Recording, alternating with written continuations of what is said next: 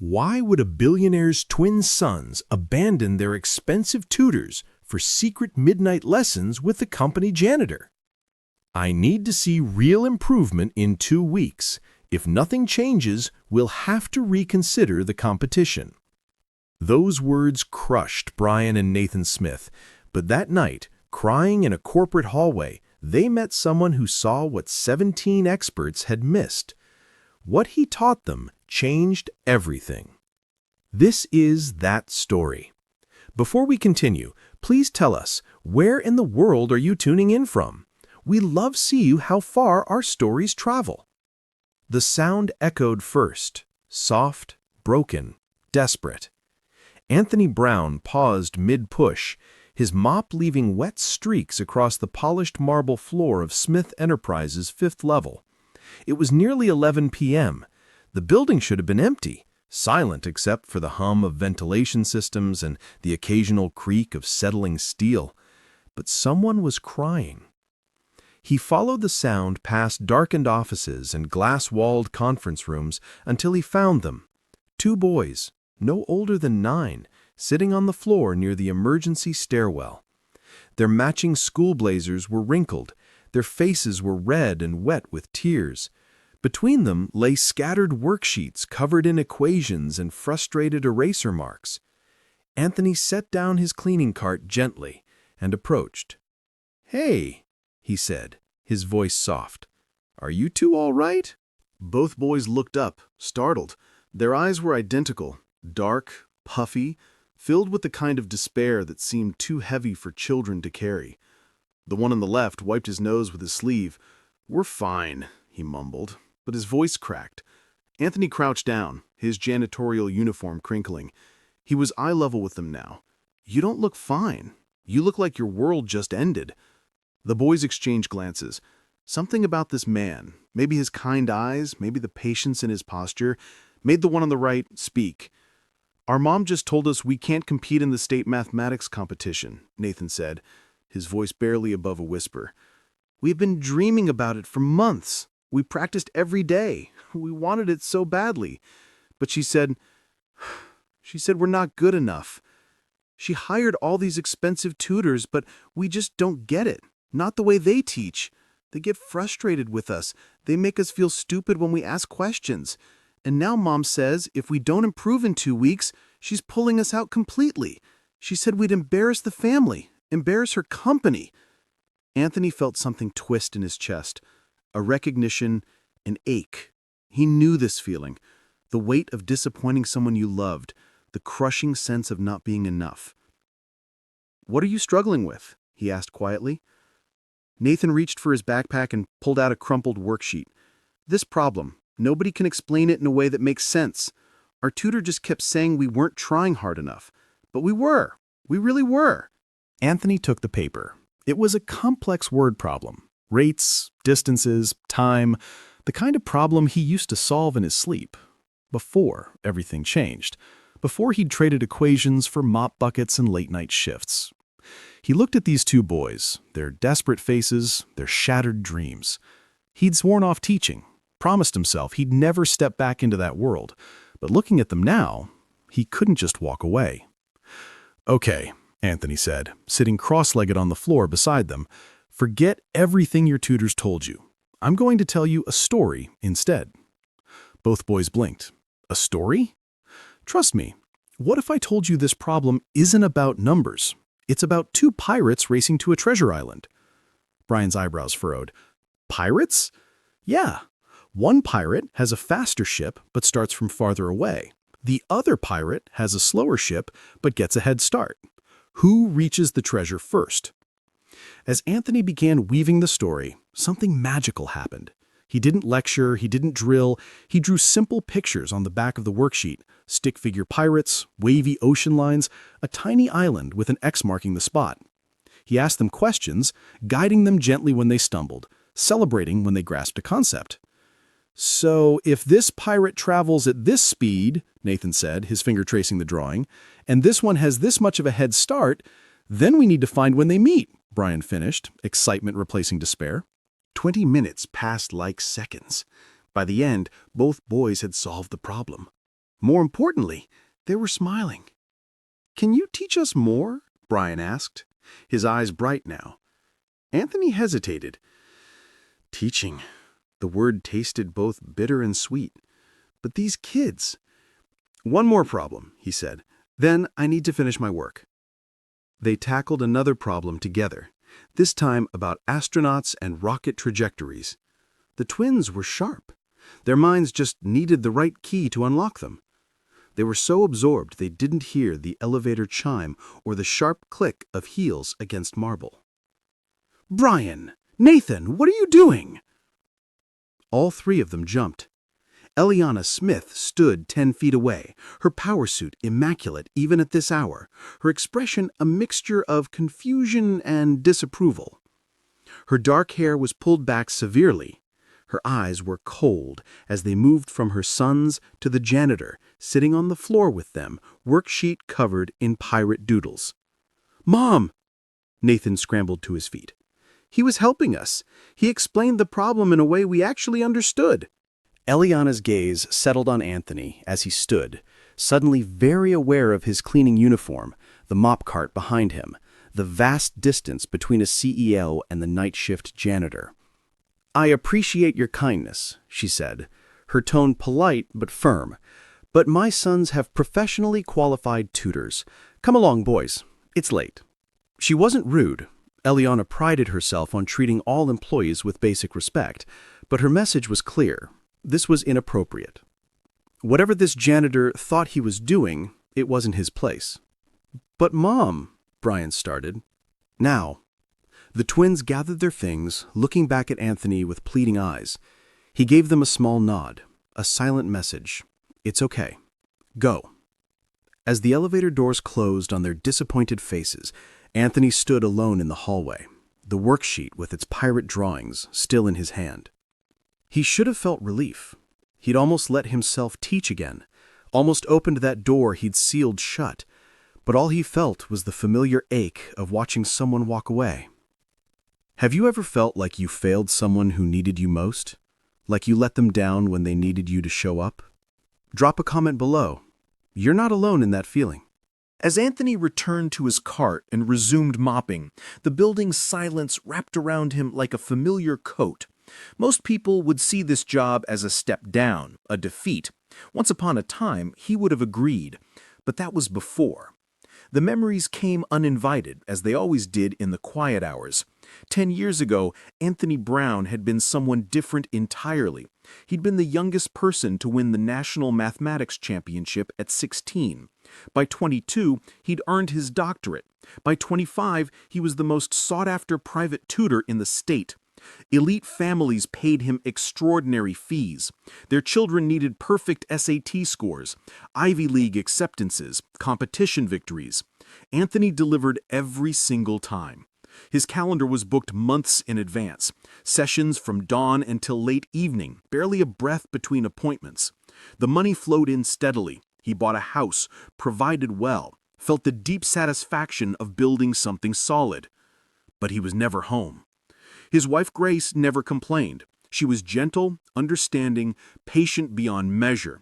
She raised their daughter Haley alone, navigating the challenges of raising a child with autism, the sensory sensitivities, the need for routine, the meltdowns that could last hours.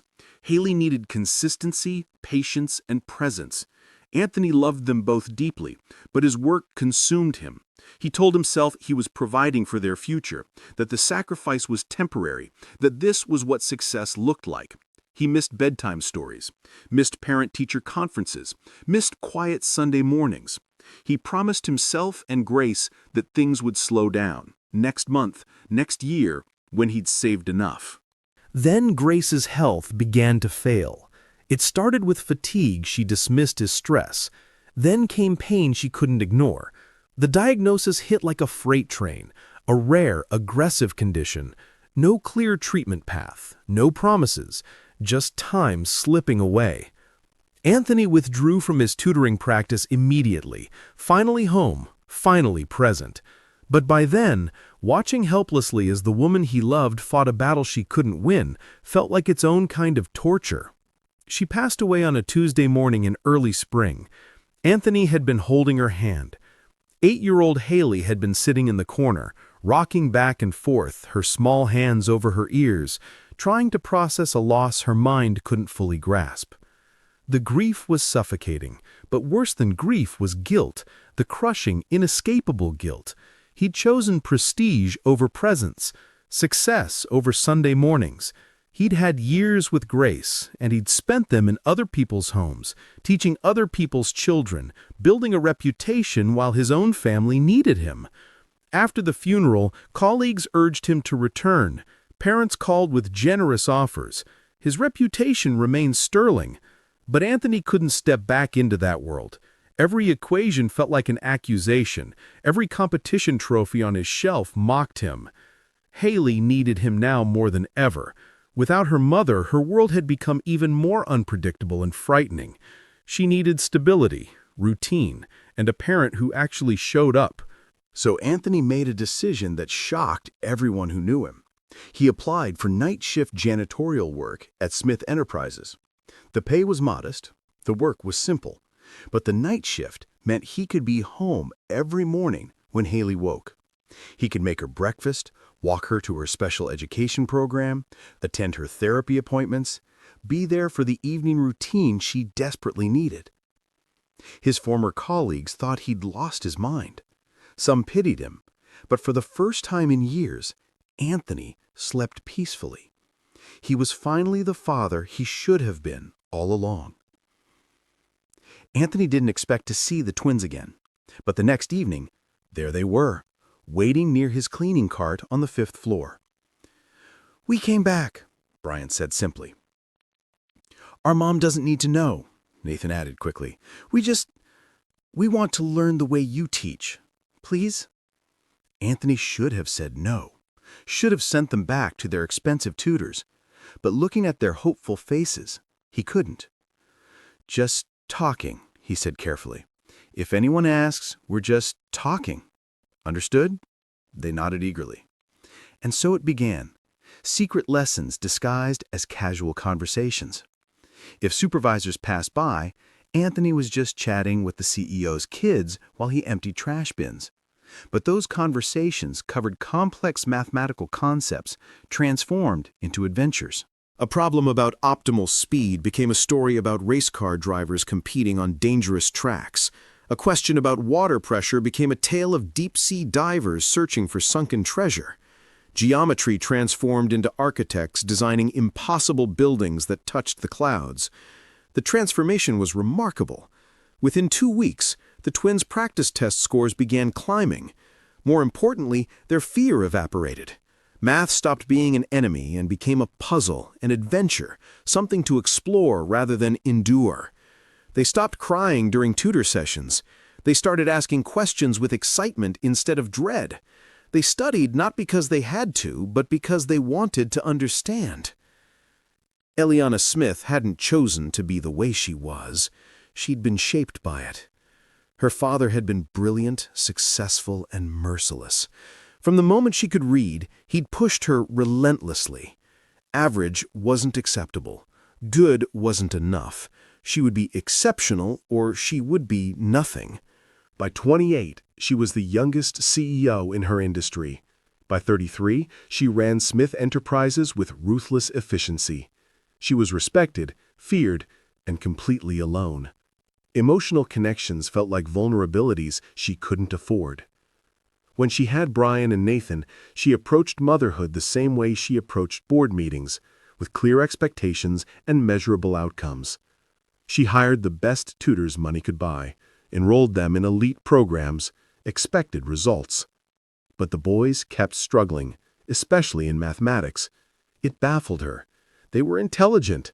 They should be succeeding. Instead, tutor after tutor complained about their lack of focus, their emotional fragility, their tears. When her company agreed to sponsor the state mathematics competition, an event that would bring national media attention, she had imagined her sons on that stage, winning, proving the Smith name meant excellence. Instead, they were failing practice tests. The ultimatum she delivered in her office hadn't come from cruelty. It came from fear.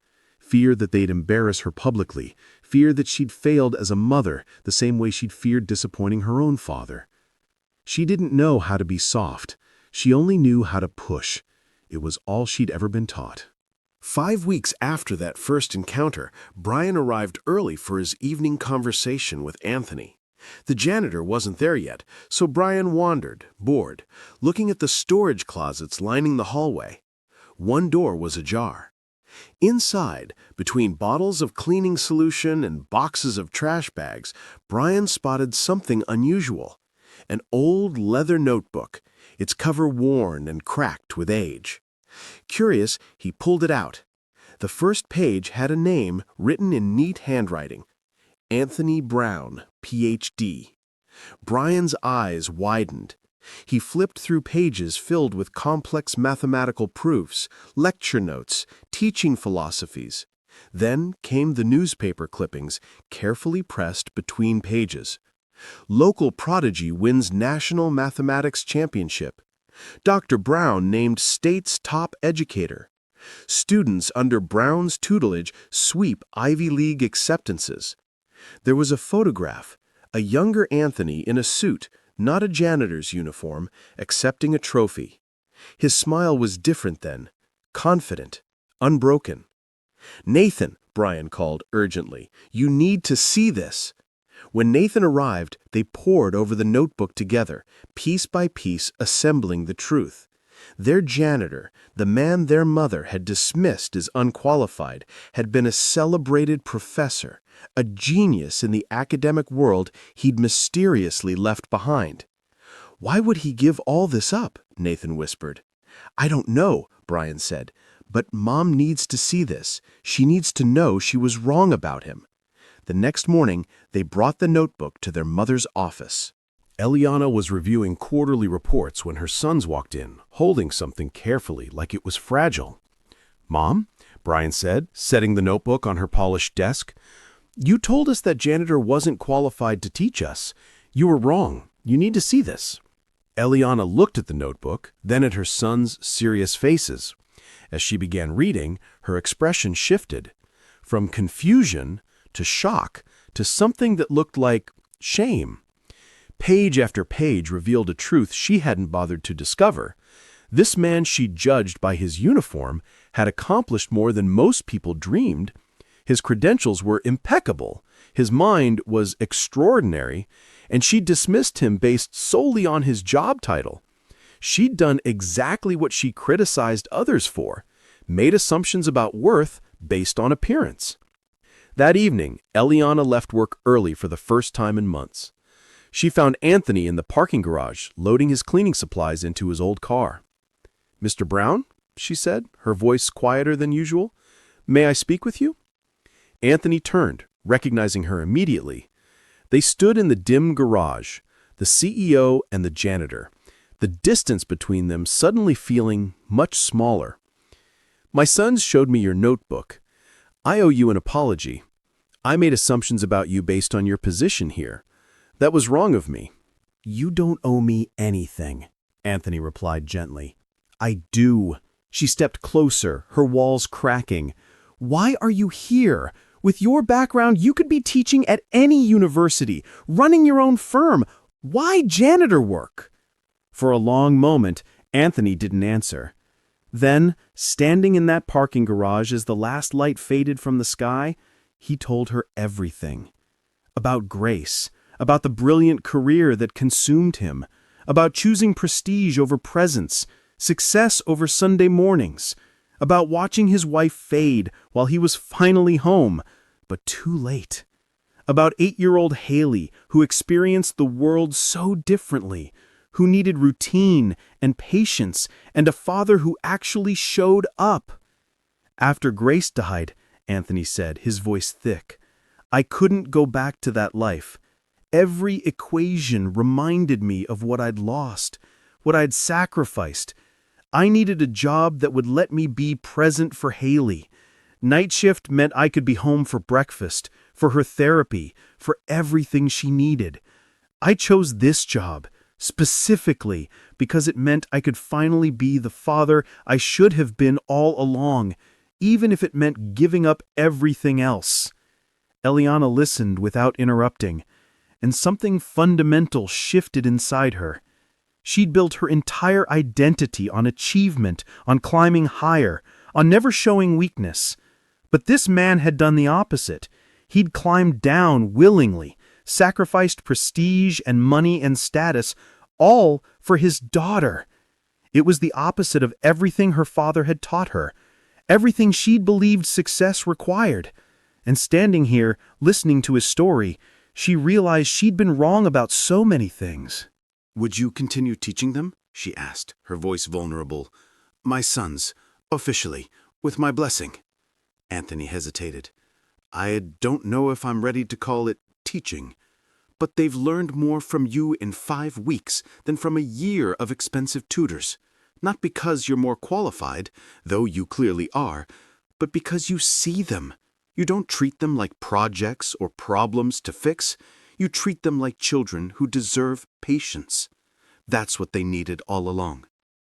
Anthony thought of Brian and Nathan's faces when concepts clicked, their growing confidence, their joy in learning. He thought of Grace, who would have wanted him to share his gift, not bury it. "Informally," he said finally, "I can't commit to anything more, but I'll keep helping them, for as long as they want me to." Eliana nodded, understanding more than he realized. The state mathematics competition arrived on a bright Saturday morning in late spring. Smith Enterprises' grand conference hall had been transformed into an examination center. Rows upon rows of desks, each with a nameplate and pencil set, hundreds of nervous students filing in with parents clutching their shoulders, whispering last-minute encouragement. Brian and Nathan sat among them, dressed in their school blazers, hearts pounding against their ribs. Anthony stood in the back of the room in his janitor's uniform. He'd been assigned to work the event anyway, setting up chairs, ensuring everything ran smoothly, but he'd positioned himself where he could see the twins, where he could offer one last bit of silent encouragement. When the boys spotted him, he gave them a small nod. "You've got this." The exam began. As Brian read the first problem, he heard Anthony's voice in his mind. Every problem is a story. Find the characters. Understand their journey. The answer will reveal itself. A question about compound interest transformed into a farmer planting crops, watching them grow. A geometry problem became an artist designing a sculpture. Each challenge was an adventure waiting to be explored, not an obstacle to fear. Nathan worked beside his brother, their methods identical, their confidence unshakable. Around them, students struggled, erased frantically, second-guessed themselves. But Brian and Nathan had found their rhythm. Time passed. Problems fell. When the final bell rang, both boys put down their pencils and immediately looked to the back of the room. Anthony was smiling. 3 weeks of waiting followed. 3 weeks of normal life, while the tests were scored and results compiled. Then came the ceremony. The conference hall was packed again, but this time with parents in expensive suits, company executives, local media. Smith Enterprises was hosting, and Eliana stood on a small stage at the front, microphone in hand. She'd been nervous all morning, though she'd never admit it. Not for the company's reputation, but for her sons. She'd watched them transform over these past months, watched fear become curiosity, frustration become joy. Whatever the results, she knew Anthony had already given them something irreplaceable. But she hoped. Oh, she hoped. "In 3rd place," Eliana announced, her voice steady despite her racing heart.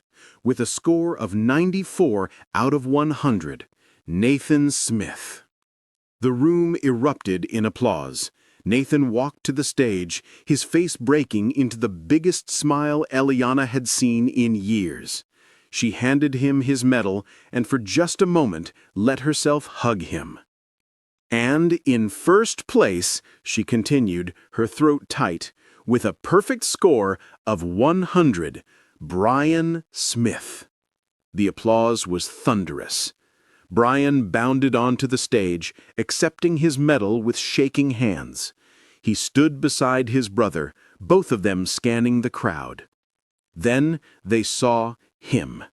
Anthony, standing at the side of the room in his cleaning uniform, tears streaming down his face, his smile so proud it could have lit the entire building. Without hesitation, without caring about the hundreds of eyes watching, both boys jumped off the stage and ran to him. They crashed into Anthony with the force of their joy, wrapping their arms around him, and he held them both, this janitor and these two boys, and the room went completely silent. Everyone watched, executives, parents, media, as these well-dressed children from one of the wealthiest families in the state embraced a man in a janitor's uniform like he was family. Eliana stood on the stage, watching this moment, and tears she hadn't cried in years threatened to break through her carefully maintained composure. Then she did something unprecedented. She stepped back to the microphone. "Ladies and gentlemen," she said, her voice cutting through the silence, "I'd like to introduce you to someone. Anthony Brown, would you please join us?" The twins pulled Anthony forward, and reluctantly, so reluctantly, he walked to the stage. Eliana looked at him, this man who'd taught her sons more than mathematics, who'd shown her what really mattered, and she spoke not as a CEO, but as a mother. "Mr. Brown reminded me that wisdom doesn't come from titles or salaries. It comes from dedication, compassion, and the willingness to meet people where they are. He gave my sons something money couldn't buy. He made them believe in themselves. He made them love learning, and he did it asking for nothing in return." The applause that followed was deafening. If this story is touching your heart, let me know by hitting that like button. Your support helps me bring more stories like this to you. In the weeks following the competition, Eliana made changes. She started leaving work at reasonable hours, started having dinner with her sons instead of reviewing reports, started asking about their feelings, their fears, their dreams, not just their grades. She also approached Anthony with a proposition. "I want to open a learning center," she said one evening, finding him after a shift. "Free education for children who struggle in traditional settings. Innovative methods, patient teachers. I want you to run it." Anthony stared at her. "I can't." "Name your salary." "It's not about money," he shook his head. "I'm not ready. I don't deserve to—" "My sons would disagree," Eliana said gently. "So would the dozens of other children who could benefit from your gift. Think about it, please." But Anthony couldn't. The guilt was still too heavy, the wounds too raw. He declined. Life continued. The twins excelled in school. Anthony worked his night shifts and cared for Haley during the day. Everything was fine. Until one difficult evening. Haley was having one of her harder days. A change in her therapy schedule had thrown off her routine, and she'd been struggling all afternoon. Meltdowns, tears, the overwhelming sensory input that sometimes made the world unbearable. By evening, Anthony held her as she rocked, exhausted from crying, her small body trembling. "Daddy," she said suddenly, her voice so soft he almost missed it. "Are you sad?" "Sometimes, sweetheart," he admitted. Haley looked up at him with those wide, earnest eyes that saw more than most people realized. "Mommy would want you to be happy." Anthony's breath caught. "She told me," Haley continued, before she went away. She said you were special, that you made people understand things. She said it was your gift." Her small hand touched his face. "Mommy said gifts are meant to be shared, not hidden." Anthony sat very still, as his daughter's words, Grace's words, washed over him. He'd been punishing himself for years, carrying guilt like a penance, hiding his light because he believed he didn't deserve to let it shine. But Grace had never wanted that. She'd loved his passion for teaching, had been proud of his gift. She'd only wanted him to balance it with family. And that's exactly what Eliana was offering, a chance to teach again, but with balance. to be present for Haley's mornings, her therapy, her life, while also sharing the gift Grace had always believed in. The next day, Anthony found Eliana in her office. "I'd like to accept your offer," he said simply. Eliana smiled, a real smile, warm and genuine. "I'll have the contracts drawn up. On one condition," Anthony added. "Haley gets to enroll too. If this center is for children who learn differently, then she deserves to be there." "Already planned on it," Eliana said. The Learning Center opened 3 months later in a renovated building downtown, bright, welcoming, designed with sensory-sensitive children in mind. Soft lighting, quiet spaces, interactive learning stations. Anthony assembled a team of educators who shared his philosophy. Every child can learn, given the right approach. No child was a failure. No question was stupid. Learning was an adventure, not an ordeal. Haley enrolled on the first day, nervous but excited. Brian and Nathan became regular visitors after school, not as students needing help anymore, but as friends who wanted to spend time there. The 3 children became inseparable. Haley's quiet thoughtfulness balanced the twins' energetic enthusiasm. They learned from each other, played together, became what family actually meant. Anthony found his rhythm again. Morning breakfast with Haley, walking her to the center, working there during school hours, home by early evening for dinner and her bedtime routine. Teaching again, but with balance, with presence, with joy that didn't come at anyone else's expense. Eliana transformed too. She attended Learning Center board meetings, listened to parent stories, learned that success wasn't measured solely in profit margins. She became more present with Brian and Nathan, not just checking their grades, but actually listening when they talked about their days, their struggles, their triumphs. She and Anthony developed a partnership that started as professional collaboration but slowly became something deeper. Conversations about curriculum turned into discussions about parenting philosophy. Business meetings turned into coffee on Sunday mornings while the children played. They understood each other's wounds. He'd lost himself in work and paid a devastating price. She'd been raised to believe emotions were weaknesses. Both were learning to live differently, to value presence over prestige, love over achievement. Their romance bloomed quietly, without drama. Just 2 wounded people finding healing in each other's company. 2 years later, on a warm June afternoon, Anthony and Eliana married at the Learning Center, surrounded by family, friends, and students. Haley was the flower girl, walking carefully down the aisle with Brian on one side and Nathan on the other, her new brothers by choice.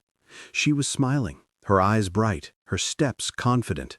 The sensory-friendly environment they'd created had given her space to thrive. As Anthony watched Eliana walk toward him, he thought about the journey that brought them here. From the depths of grief and crushing guilt to this moment of joy and purpose. He'd lost Grace, and that wound would never fully heal. But she'd given him Haley, and Haley had given him purpose. That purpose had led him to these people, this new family, this second chance. The Learning Center continued to grow, touching hundreds of lives. Brian and Nathan went on to win multiple mathematics competitions, but more importantly, they grew into confident, compassionate young men who understood that everyone has a story, that wisdom wears many uniforms, that kindness matters more than achievement. Haley flourished in an environment built for children like her. Her challenges didn't disappear, but they were met with patience and understanding instead of frustration. She made friends, she learned, she smiled more often than she cried. And Anthony, the once celebrated professor turned janitor, turned educator again, finally forgave himself. Every evening, as he locked up the Learning Center and headed home to his family, he felt the deep contentment of a life lived right. Not perfectly, but authentically. Not without pain, but not without purpose either. He learned the most important equation of all, that success means nothing without love, that prestige crumbles without presence, and that the greatest gift we can give is simply showing up. Grace would have been proud, and finally, so was he. because he discovered something those expensive tutors never understood. The secret wasn't a technique or a formula, it was an approach. It was seeing students as people, not projects, meeting them where they were, transforming fear into curiosity, making learning an adventure instead of an obligation. It was about showing up, being present, believing in someone when they couldn't believe in themselves. That's what had saved those twins. That's what had transformed a CEO into a mother. That's what had given a broken man permission to heal. Sometimes the person who saves us is the one we never expected. Sometimes wisdom comes wearing a janitor's uniform. Sometimes second chances arrive in empty hallways late at night, disguised as two crying boys and a math problem about pirates. And sometimes, if we're brave enough to accept it, grace arrives not as a destination, but as a daily choice, to show up, to be present, to share our gifts even when we think we don't deserve to. Anthony had made that choice, and it had changed everything. This story reminds us that it's never too late to start over, that wisdom wears many uniforms, and that sometimes the person who saves us is the one we never expected. If this moved you, please share it with someone who needs to hear it today. And don't forget to subscribe for more stories that restore your faith in humanity. What's one second chance you're grateful for? Tell me in the comments below. I read every single one, and your stories matter. Let's build a community where second chances are celebrated and every person's worth is recognized, regardless of their job title, their past, or the uniform they wear. Until next time, remember, the greatest gift you can give is simply showing up.